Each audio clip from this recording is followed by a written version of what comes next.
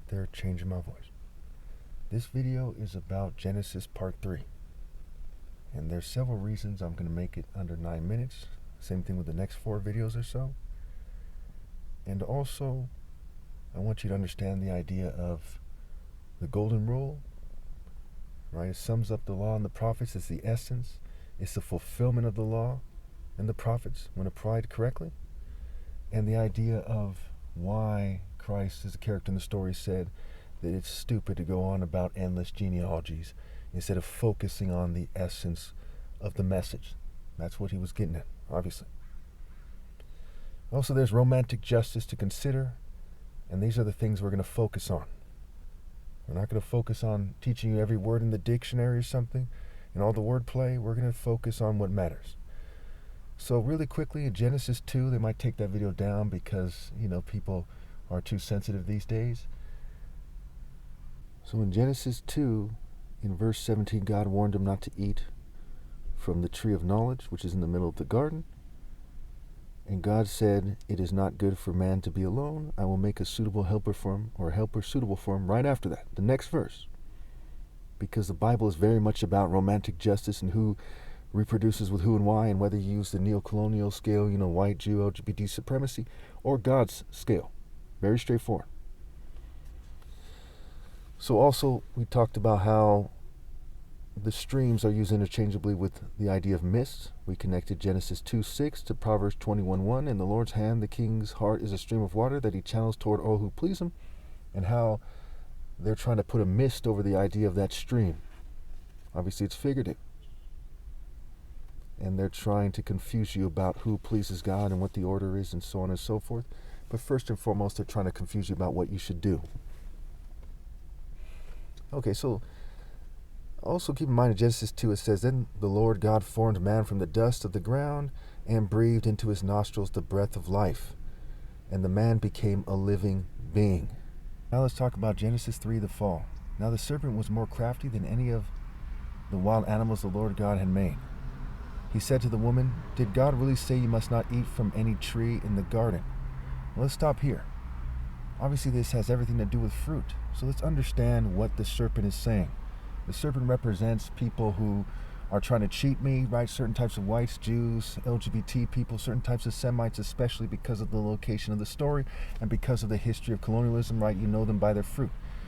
Matthew 7, we'll get into that in video after this.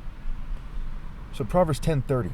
"The righteous will never be uprooted, but the wicked will not remain in the land." Right? So the righteous are taken away from this world, which is evil. And the wicked are not going to make it to heaven.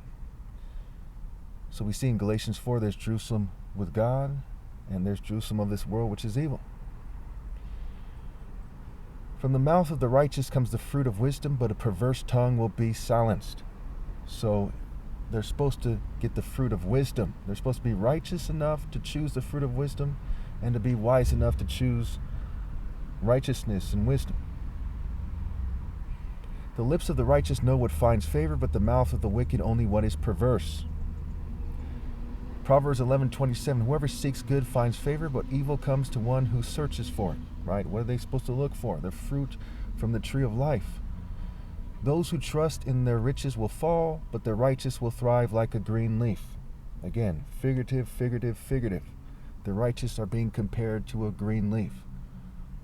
And they make, their clothes out of the fig leaves. We'll get to that. "Whoever brings ruin on their family will inherit only wind, and the fool will be servant to the wise. The fruit of the righteous is a tree of life, and the one who is wise saves lives." That's Proverbs 11, verse 30. Again, the fruit of the righteous is a tree of life, and the one who is wise saves lives. So they're supposed to look for the fruit of the righteous. They're supposed to look for morally precise wisdom. "If the righteous receive their due on earth, how much more the ungodly and the sinner?" So no matter how you slice it, even if you're atheist or agnostic, it's clear that you're better off with a short righteous life than a long wicked life. And so you have to judge. What are you going to choose? "The woman said to the serpent, 'We may eat from the trees in the garden, but God did say you must not eat fruit from the tree that is in the middle of the garden,'" right? Meeting halfway with it, cultists, is not smart, is one of the messages there. "And you must not touch it, or you will die. You will not certainly die, the serpent said to the woman, for God knows that when you eat from it, your eyes will be opened. You will not certainly die, the serpent said to the woman, for God knows that when you eat from it, your eyes will be opened, and you will be like God, knowing good and evil. Okay, now, why is he saying that? Because they will look at it from the point of view of having been evil and realize they are doomed as a result of rebellion. So there's some truth to it, but they'll see things like a demon or the devil, and they'll still be an idiot who's doomed and they can't help themselves, right? So the serpent is telling a half-truth, and certainly it's not in their best interest. So why does the female make the mistake like females make the mistake of shunning me for these dogs who see it like the serpent? When the woman saw that the fruit of the tree was good for food and pleasing to the eye, and also desirable for gaining wisdom, again, worldly wisdom, she took some and ate it.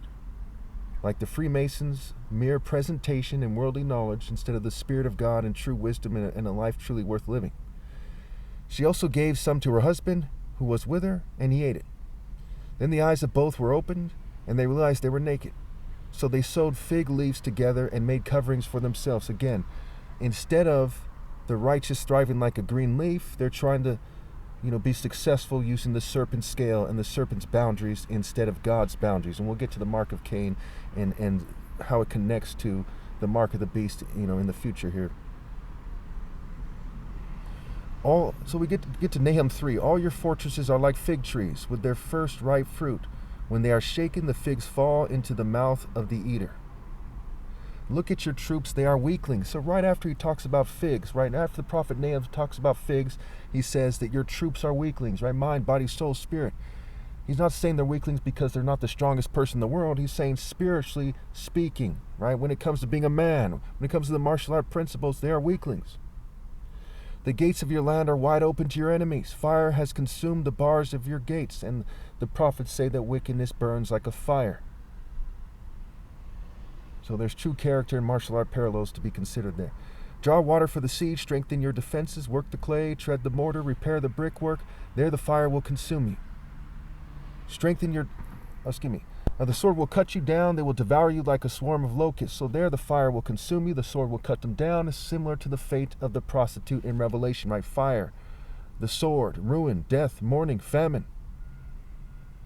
They will devour you like a swarm of locusts. Multiply like grasshoppers, multiply like locusts. You have increased the number of your merchants till they are more numerous than the stars in the sky. But like locusts, they strip the land and fly away. That's why in Revelation 6, right, it says that the stars fall out of the sky.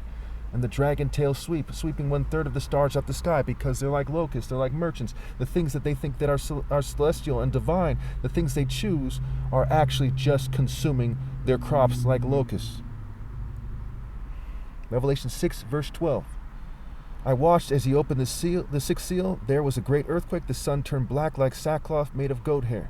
The whole moon turned blood red, and the stars in the sky fell to the earth, as figs dropped from a fig tree when shaken by a strong wind. The heavens receded like a scroll being rolled up, and every mountain and every island was removed from its place. Then the kings of the earth, the princes, the generals, the rich, the mighty, and everyone else, both slave and free, hid in caves and among the rocks of the mountains. They called to the mountains and the rocks, fall on us and hide us from the face of him who sits on the throne and from the wrath of the Lamb. For the great day of their wrath has come, and who can withstand it? There we see that Christ is not said to be equal to God, right? God's sitting on the throne, the Lamb is not. Also consider fine linen in Revelation 19, right? Fine linen stands for the righteous acts of the saints. Consider the armor of God, the helmet of salvation, the breastplate of righteousness, the shield of faith, the buckler of truth, and feet fitted with the readiness to do God's work.